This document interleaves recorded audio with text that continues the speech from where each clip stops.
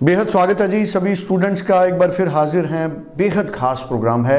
अनीता भंडराल जी हमारे साथ मौजूद हैं, लैंडमार्क इमिग्रेशन से जसमीत भाटिया जी की टीम के साथी हैं। और आज का जो प्रोग्राम है बेहद ख़ास है। इस तरह की चर्चाएं हैं कि मई इनटेक के कोर्सेज ख़त्म हो चुके हैं। कनाडा में मई इनटेक के लिए स्टूडेंट्स को बड़ी दिक्कत आ रही है। इस पे क्लैरिटी लेंगे अनीता जी से कि क्या सचमुच मई इनटेक के लिए कोर्सेज ख़त्म हो गए हैं। इसका मतलब है क्या मई इनटेक ख़त्म हो गया है, अब कोई संभावना नहीं है, या कुछ ऑप्शंस मई इनटेक के लिए हैं। अनीता जी आपका स्वागत है। Thank you so much sir. Anita ji बताइए, क्या सचमुच हम मान लें कि मई इनटेक के लिए कोर्सेज ख़त्म हैं? सर देखिए, ये वाला जो टाइम होता है क्रिसमस से न्यू ईयर के बीच वाला, इसमें बहुत सारे पोर्टल्स क्लोज होते हैं मेन इनटेक के लिए। उसका सबसे पहला तो एक रीज़न है क्योंकि कॉलेजेस के पास लिमिटेड सीट होती हैं पर्टिकुलर प्रोग्राम के लिए, एंड क्योंकि कंसीडरिंग सारे जो कॉलेजेस हैं, कॉलेज के जितने भी एम्प्लॉयज़ हैं, उनका एक लॉन्ग वीकेंड होता है, तो इस टाइम पे उनका एक कंट्रोल नहीं रहता है कि पर्टिकुलर लेट सपोज अगर बिजनेस के लिए उनके पास सिर्फ 20 सीट्स अवेलेबल हैं, तो उसके लिए उनके पास 20 से ज़्यादा एप्लीकेशंस आ जाएंगी। क्योंकि कनाडा में तो हॉलीडेज होंगी बट इंडिया में नहीं है। इंडिया में तो लोग वैसे ही वर्किंग चल रही है, स्टूडेंट्स वैसे ही अप्लाई कर रहे हैं, तो अगर उनके पास लिमिटेड सीट है तो उनको कहीं ना कहीं वो जो पोर्टल है वो क्लोज करना पड़ता है। तो यही रीजन है, ये इन 7-8 दिनों में या 10-12 दिनों में आपको जो पोर्टल है वो क्लोज दिखाई देंगे। इस टाइम पे अगर मैं बात करूं, yesterday only I was just checking the programme availability for May 23 intake. मुझे गिन के सिर्फ 3 से 4 कॉलेजेस मिले जिनमें May 23 इनटेक के कोर्सेज थे। अब ये सारे कोर्सेज रीओपन होते हैं आपके तकरीबन 8 से 10 जनवरी के आसपास।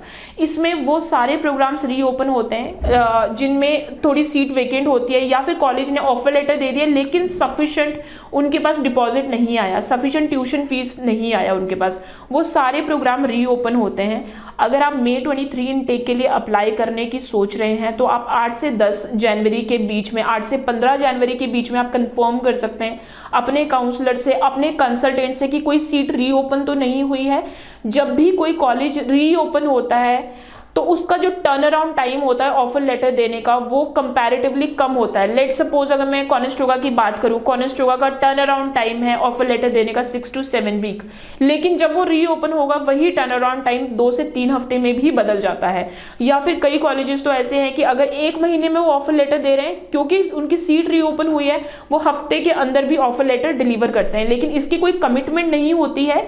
लेकिन हाँ, ये हमेशा हर साल हम यही सब कुछ करते आए हैं और ये हर साल का जो रिव्यू है वो मैं आपके साथ शेयर कर रही हूँ। इसके अलावा अगर मैं सितंबर इनटेक की बात करूँ तो maximum colleges are available. You can apply in your favourite location, जिस भी प्राइम लोकेशन में आप अप्लाई करना चाहते हैं, तो college and courses are available.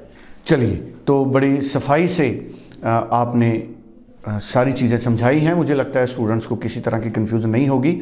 So May intake के लिए लेकिन स्टूडेंट अगर अप्लाई करना चाहे तो डेडलाइन क्या मान के चले जनवरी मई इनटेक के लिए? सर देखिए, डेडलाइन कनाडा में अगर स्पेसिफिकली मैं कॉलेजेस की बात करूं तो there is no age such deadline. यही जो प्रोग्राम अवेलेबिलिटी की मैं बात करूं, मे भी आपको अप्रैल में भी कुछ कोर्सेज मई इनटेक के लिए दिखेंगे। मई इनटेक के लिए या कनाडा में किसी भी इनटेक के लिए first come first serve basis पे चलता है। सो अगर आप अभी अप्लाई कर रहे हैं, कंसीडरिंग हमने हाई कमीशन को भी अप्रोप्रिएट टाइम देना है, तो 31 मार्च इज द लास्ट थिंग कि जब आप ट्यूशन फीस डिपॉजिट करके वीजा फाइल लॉन्च कर लें। सो क्योंकि हमने हाई कमीशन को भी एक अप्रोप्रिएट टाइम देना है वीजा डिसीजन के लिए। अगर मैं एडमिशन की बात करूं कि आप एप्लीकेशन कब तक अप्लाई करेंगे, तो लास्ट टू लास्ट आप 15 फरवरी तक आप अप्लाई कर सकते हैं, बिकॉज तब आपके एडमिशन ऑफिसर को भी एक टाइम मिल जाएगा आपको ऑफर लेटर देने के लिए, आपको भी एक टाइम मिल जाएगा ट्यूशन फीस के लिए एंड वीजा फाइलिंग के लिए। चलिए, थैंक यू सो मच। 90413 90412 पे बात करिए, कोई कंफ्यूजन है उसको दूर करिए। ऑनलाइन भी एप्लीकेशन मूव कर सकते हैं और जूम काउंसलिंग भी आप हासिल कर सकते हैं अगर आप हैदराबाद से हैं, चेन्नई से हैं, दिल्ली से हैं, अहमदाबाद से हैं, गुजरात से हैं, जामनगर से हैं, मुंबई से हैं। आप ऑनलाइन काउंसलिंग भी हासिल कर सकते हैं। Thank you so much. Thank you sir.